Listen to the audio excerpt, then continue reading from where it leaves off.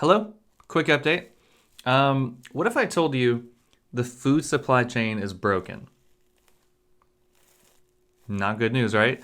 So it may or may not be broken. That's up to debate, but it's not perfect and it needs a lot of work. And one company, which is our guest today, named SIMPLi, is trying to fix it. So here's a quick little clip of my interview with one of their co founders and how SIMPLi is trying to fix the supply chain where they own all aspects of it. They work with farmers and then SIMPLi processes it, distributes it, sells it, works with retailers to sell it, and then gets it to the consumers, which it's great. It's more money for the farmer, better products for the consumer, and it's a win-win for everybody involved. So check out this clip and be sure to go check out SIMPLi. They have a phenomenal website that kind of shows everything that they're doing. So check it out.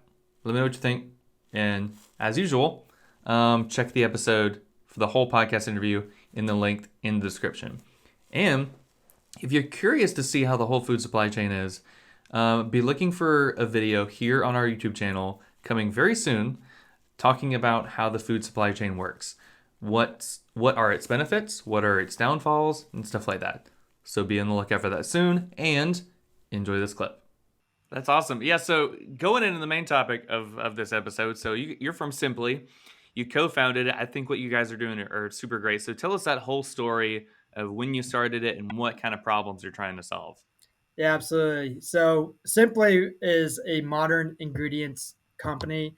We're really focused on three pillars, and that is combating and eliminating fraudulent activity within international food supply chains, and then also promoting, facilitating different agricultural practices that improve the health of the soil to combat climate change at the end of the day, since agriculture is one of the main contributors to climate change, and also drive a social impact since we work directly with farmers within our fully vertical supply chain model that we have in four different countries. How SIMPLi really came about is through Sorella's background. She has over a decade of experience in supply chain, food sourcing, and logistics. And we really saw a white space of um, not having any particular brand really focus on those three things I just mentioned in terms of having fully vertical supply chains. So we have 100% traceable ingredients for all ingredients that we have within our portfolio, but also taking it to the next level and really focusing on the social impact and environmental impact.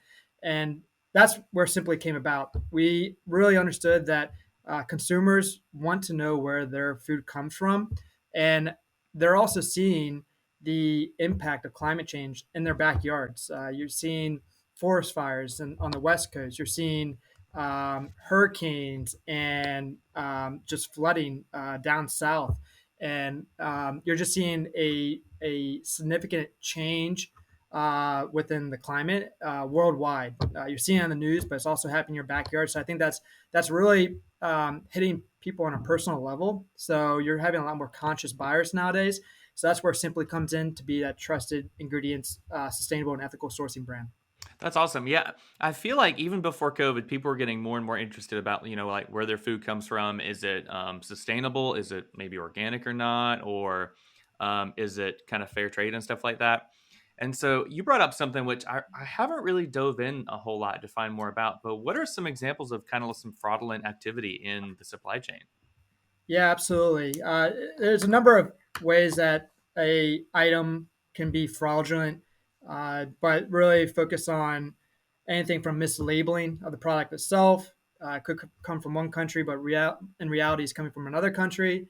Blending of a product is something that's extremely high with fraudulent activity, especially with the oil category, which 70 to 80% of oils can be fraudulent, according to UC Davis, and that can be with extra virgin olive oil. It might have some olive oil in it, so it's not 100% extra virgin olive oil, even though it's labeled as that.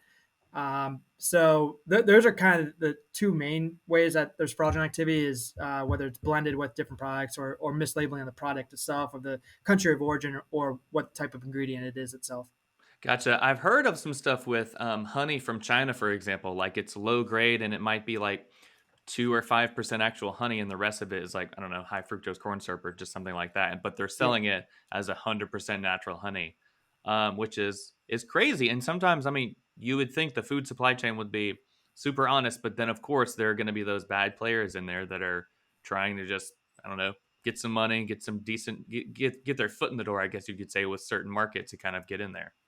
Yeah, absolutely. I think one of the main drivers for fraudulent activity, I think, is profit driven. At the end of the day, if you say you Mm, have a certain product that might a certain product and it's really not that product, you're really cutting on the quality of the product itself, which then will just provide better margins overall. So I think there's definitely greed is part of that equation of why there is so much fraudulent activity. I think it's a 40 to 50 billion dollar um, market out there in terms of how much fraud there is within the marketplace. So it's quite significant. So you guys at Simply are trying to, I guess, consolidate all those steps where you can kind of help reduce the fraudulent activity. Is that right? Yeah, absolutely. So that our business model is we are a fully vertical supply chain for all of our ingredients. So to dive right into that, we work directly with farmers. We have direct farming relationships. So we will even go to the farm. If we talk about quinoa, for example, which was one of our first ingredients, and we focus on four categories. We focus on grains, beans, oils, and then superfoods and spices as the fourth category. But quinoa was our first ingredient, and out of Peru, and so we actually go farm to farm to pick up their harvest. We work with small farmers where the size of their farm is about 1 to 2 hectares, so roughly 3 acres. So not very large. And once they harvest it, we'll pick up the harvest from them, and we own the entire supply chain. So we'll then process it, and then export it, then import it to our warehouse in Baltimore, Maryland, and then we work with national distributors, all the main broadliners, but we also work with regional distributors as well to get it to the businesses we work with, but also to consumers directly.